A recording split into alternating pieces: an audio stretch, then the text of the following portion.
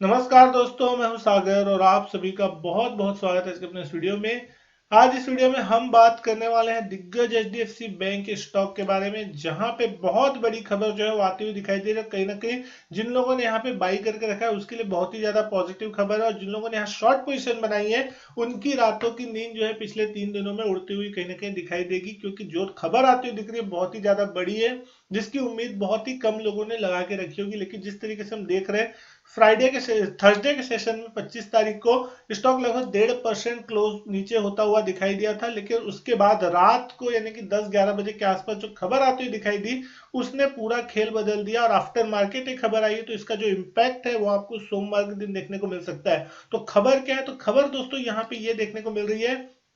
कि आरबीआई ने जो है एलआईसी को अप्रूवल दे दिया है कि वो एचडीएफसी बैंक में जो टोटल अपना शेयर है खरीदने की, वो 9.9% तक बढ़ा सकती है। 9.99% तक जो अपना शेयर खरीद सकती है। तो कहीं ना कहीं यहाँ पे जितनी अभी शेयर होल्डिंग है एलआईसी के पास, अब वो यहाँ से भी बहुत बड़ा चंक जो है वो बाई करती हुई दिखाई दे सकती है। तो ये एक बहुत ही बड़ी खबर है कहीं ना कहीं, जिसका एक पॉजिटिव इम्पैक्ट जो है मार्केट में देखने मिल सकता है, क्योंकि जब नतीजे आए थे एचडीएफसी बैंक के उसके बाद से एचडीएफसी बैंक के शेयर में एक बहुत ही तेज गिरावट जो है वो देखने को मिली है। तो कहीं ना कहीं ये जो कदम है आरबीआई का एलआईसी ताकि उसमें शेयर खरीदेगी, तो उन लोगों के लिए बहुत ज्यादा पॉजिटिव है कि कहीं ना कहीं इसमें डाउन साइड रिस्क जो है वो अब कम होती हुई दिखाई देगी। और यहाँ पे निचले लेवल पे सपोर्ट जो है बैंक में अगर किसी प्रकार गिरावट आती है तो देखने को मिल सकती है, क्योंकि एक बड़ा चंक जब एलआईसी उठाएगी तो फिर कौन बेचने की कोई हिम्मत करेगा, ये सोचने वाली बात होगी। लेकिन एफ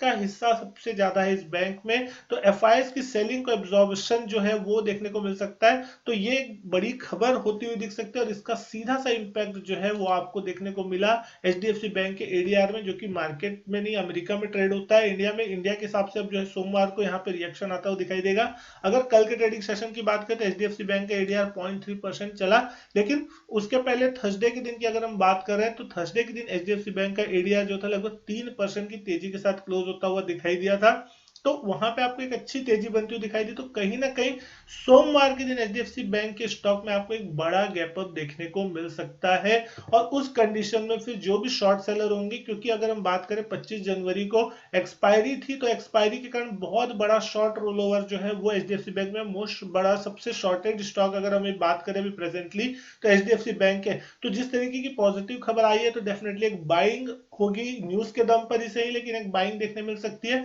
और जिन लोगों की पोजीशन शॉर्ट में होगी वो डेफिनेटली पहले शॉर्ट कवर करने आएंगे, तो यहाँ पे आपको शॉर्ट सेलिंग का जो कवरिंग देखने मिलेगा उसके तरफ से भी एक सपोर्ट देखने मिल सकता है।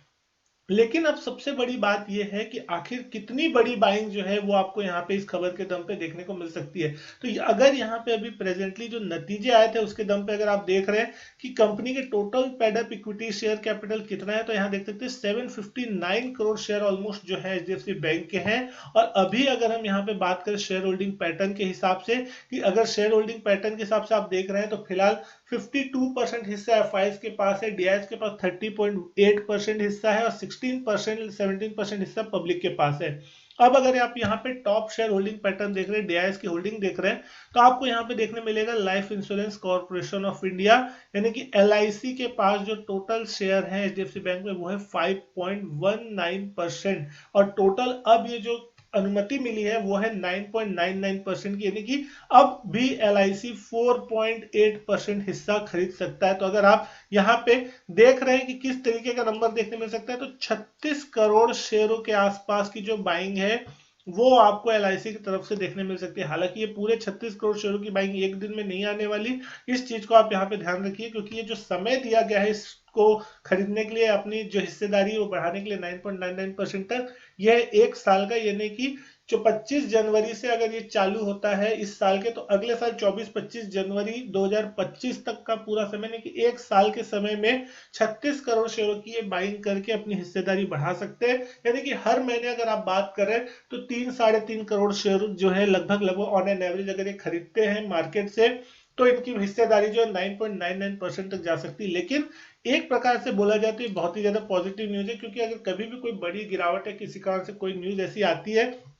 तो कहीं ना कहीं नीचे की तरफ में आपको एक सपोर्ट इस स्टॉक में मिलेगा। आपको ये पता होगा कि LIC जरूर यहाँ पे अगर कुछ गिरावट आएगी तो बाइंग होगी, लेकिन अब सबसे बड़ा सवाल ये है कि क्या यहाँ पे सोमवार के दिन कितनी बड़ी तेजी देखने मिल सकती है। तो दोस्तों यहाँ पे ऐसा तो अभी बिल्कुल नहीं लग रहा है कि सर्किट लग जाएगा या ऐसा कुछ हो जाएगा, लेकिन हाँ इतना है कि 3 से 4%, 5% के बीच की आप कोई एक तेजी की उम्मीद यहाँ पे डेफिनेटली लगा के चल सकते हैं कि 3, 4, 5% के बीच का कोई गैप अप आपको देखने को मिल सकता है। उसके बाद देखना होगा कि कितने शॉर्ट सेलर फंसते हैं, किस तरीके का वॉल्यूम वहां पे देखने मिलता है, न्यूज का सेंटीमेंट किस तरीके का रहता है, क्योंकि बहुत पैनिक कहीं ना कहीं मार्केट में बहुत सारे लोग हर प्लेटफॉर्म में अगर आप जाके देखेंगे ट्विटर पे, यूट्यूब पे या कहीं पे भी, तो सारे लोग इस प्रकार का सवाल पूछ रहे कि क्या हो जाएगा, कितनी बड़ी सेलिंग आएगी, बाइंग आएगी, ऊपर खुलेगा नीचे खुलेगा, फेक न्यूज है क्या है। तो ये 50 तरीके की चीजें आपको लोगों को मिलती रहेगी, लेकिन एक चीज आपको समझना बहुत जरूरी है, ज्यादा पैनिक करने की जरूरत नहीं है। अगर जिसने शॉर्ट किया तो डेफिनेटली यहाँ पे अगर ऊपर खुलता है तो उनको नुकसान देखने मिलेगा, लेकिन जिस तरीके से अभी यहाँ बड़ा गैप डाउन हुआ था तो बहुत लोगों के पैसे डूबे भी थे, तो कहीं ना कहीं न्यूज के दम पे आपको ऊपर नीचे स्टॉक होते हुए देखने को मिलते ही है। और वॉलेटिलिटी जो है स्टॉक में बने भी रहेगी, बजट भी आने वाला है, तो अगला हफ्ता जो है बहुत ही ज्यादा एक्शन पैक्ड आपको देखने को मिल सकता है। लेकिन जिन किसी भी व्यक्ति का जो न्यूज है LIC लेता नहीं लेता ये अलग बात है, लेकिन अगर आप एक इन्वेस्टर, अगर आपको एक अच्छा स्टॉक चाहिए और अच्छी वैल्यूएशन पे चाहिए तो आप यहाँ पे HDFC बैंक पे ध्यान दे सकते हैं। बहुत बड़ा बैंक है, भारत का सबसे बड़ा बैंक है। अगर आप यहाँ पे मार्केट कैप के हिस्सा लिहाज से देख रहे हैं, अच्छा वेल परफॉर्मिंग बैंक है। 16-17 हजार करोड़ का क्वार्टरली प्रॉफिट पोस्ट करता है, तो आप ये बिल्कुल नहीं समझ सकते कि ये बैंक यस बैंक बन जाएगा या बर्बाद हो जाएगा, ऐसा बिल्कुल नहीं है। कोई भी यहाँ पे गवर्नेंस की कोई इशू नहीं है, डायमंड है, लेकिन डेफिनेटली यहाँ थोड़ा सा मार्केट के एक्सपेक्टेशन से जो बिलो थे रिजल्ट, तो उसकी पनिशमेंट इस स्टॉक को मिली थी। लेकिन अगर अभी हम बात करें वैल्यूएशन वाइज स्टॉक की, तो 10,90,000 करोड़ का मार्केट कैप है, दुनिया का 5वां सबसे बड़ा बैंक ये है। तो दोस्तों ऐसा नहीं है कि कोई ऐसा है चलता फिरता कि कल को कुछ भी हो गया तो ऐसा सडनली इतना तेज हो जाएगा। नीचे के लेवल पे सपोर्ट भी आपको आता हुआ दिखाई देगा। लॉन्ग टर्म के लिए अगर आप यहाँ पे एक पेशेंस के साथ स्टॉक होल्ड करेंगे तो डेफिनेटली आपका पैसा बनेगा। डिविडेंड यील्ड अगर आप देख रहे हैं 1.32% की है, 77-78 के आसपास का EPS है, 18-19 के प्राइस टू अर्निंग मल्टीपल पे अभी स्टॉक मिल रहा है, 2.5 की प्राइस टू बुक यहाँ पे आपको देखने को मिल रही है। तो कहीं ना कहीं बहुत ही लोअर वैल्यूएशन जो है कहीं ना कहीं आ चुकी है, तो आपको यहाँ से एक अच्छा खासा मोमेंटम अपर साइड में देखने मिल सकता है। अगर आप साल 2 साल इसको होल्ड करते हैं तो डेफिनेटली आपको 1800 से 2000 तक का भी टारगेट अगर देखने को मिल जाएगा तो कोई आश्चर्य की बात नहीं होगी। तुरंत ये टारगेट आएंगे नहीं कहा जा सकता, एक न्यूज के दम पे इसमें कितना बड़ा मूवमेंट होगा सोमवार को वो आप एक एक्सपेक्ट कर सकते हैं। फिर गिरावट नहीं आएगी ये भी नहीं कहा सकता, या हो सकता है वहां से और कंटिन्यू एक तेजी हो जाए, वो भी आप नहीं कह सकते। लेकिन सब कुछ मार्केट सेंटीमेंट पे डिपेंड करता है कि मार्केट में ट्रेडर्स क्या सोचते हैं। नतीजे के दम पे इतनी बड़ी गिरावट आ जाएगी किसी ने नहीं सोचा था। नतीजे से एक दिन पहले स्टॉक 1680 पे कामकाज कर रहा था और 4 से 5 दिनों के अंदर स्टॉक ने 1380 रुपए का लो लगा दिया, तो ऊपरी लेवल से लगभग 300 रुपए टूट गया था एक हफ्ते के अंदर में स्टॉक। हालांकि अगर हम देख रहे हैं तो कहीं ना कहीं बेस फॉर्मेशन होने की कोशिश हुई। अगर हम यहाँ पे देख रहे हैं आखिरी आधे घंटे में 25 तारीख को, तो यहाँ पे बहुत बड़ा वॉल्यूम कैंडल आपको देखने मिलेगा। ये है 15 मिनट का कैंडल, तो आखिरी आधे घंटे में अगर आप देख रहे हैं 2 कैंडल, तो पहले 15 मिनट में लगभग 75 लाख शेयर और दूसरे 15 मिनट में लगभग 67 लाख शेयरों की यहाँ पे आपको वॉल्यूम देखने को मिल रहा है। और स्टॉक का जो क्लोजिंग था ऑलमोस्ट 1440 के आसपास का आया, प्रोविजनल क्लोजिंग जो थी वो 1435 के आसपास की देखने मिली। अब अगर हम यहाँ पे बात करें तो दो बड़े गैप्स जो हैं वो आपको यहाँ पे देखने को मिल रहे हैं चार्ट्स पे। अगर आप यहाँ पे देख रहे हैं तो जिस दिन नतीजे आए तो उसके बाद एक बड़ी गैप डाउन ओपनिंग हुई थी, तो वो एक गैप चार्ट पे बना, उसके बाद एक और गैप डाउन हुआ था अगले दिन उसके,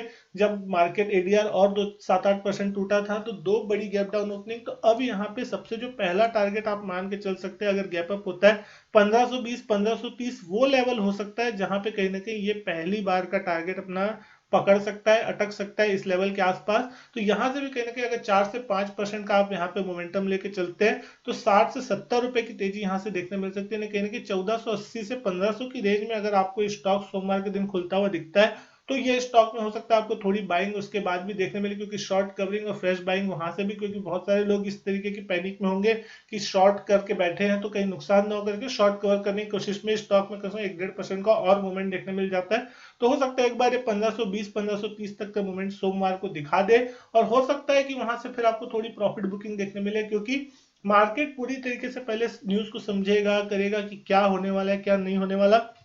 तो ये सारी चीजें हैं, और अगर किसी कारण से कोई डिप इन फ्यूचर मिलता है तो डेफिनेटली पोर्टफोलियो में ऐड करने लायक स्टॉक है। दोस्तों ये सिर्फ और सिर्फ एक एनालिसिस है, यहाँ पे बाइंग सेलिंग की कोई रिकमेंडेशन नहीं है। तो आप अगर कोई भी बाइंग सेलिंग करते हैं, मार्केट में ट्रेडिंग करते हैं, इन्वेस्टमेंट करते हैं, तो अपने फाइनेंशियल एडवाइजर से जरूर संपर्क करें, उसके बाद ही अपनी कोई फाइनेंशियल डिसीजन ले, क्योंकि यहाँ पे आपको फिर बड़ा नुकसान देखने को मिल सकता है। उम्मीद करता हूँ दोस्तों वीडियो जो है पसंद आई होगी। वीडियो अच्छी लगी तो लाइक करें, शेयर करें, चैनल नहीं किया सब्सक्राइब तो चैनल सब्सक्राइब जरूर करें। मैं आपसे मिलता हूँ अपने नेक्स्ट वीडियो में, तब तक के लिए good bye and thank you.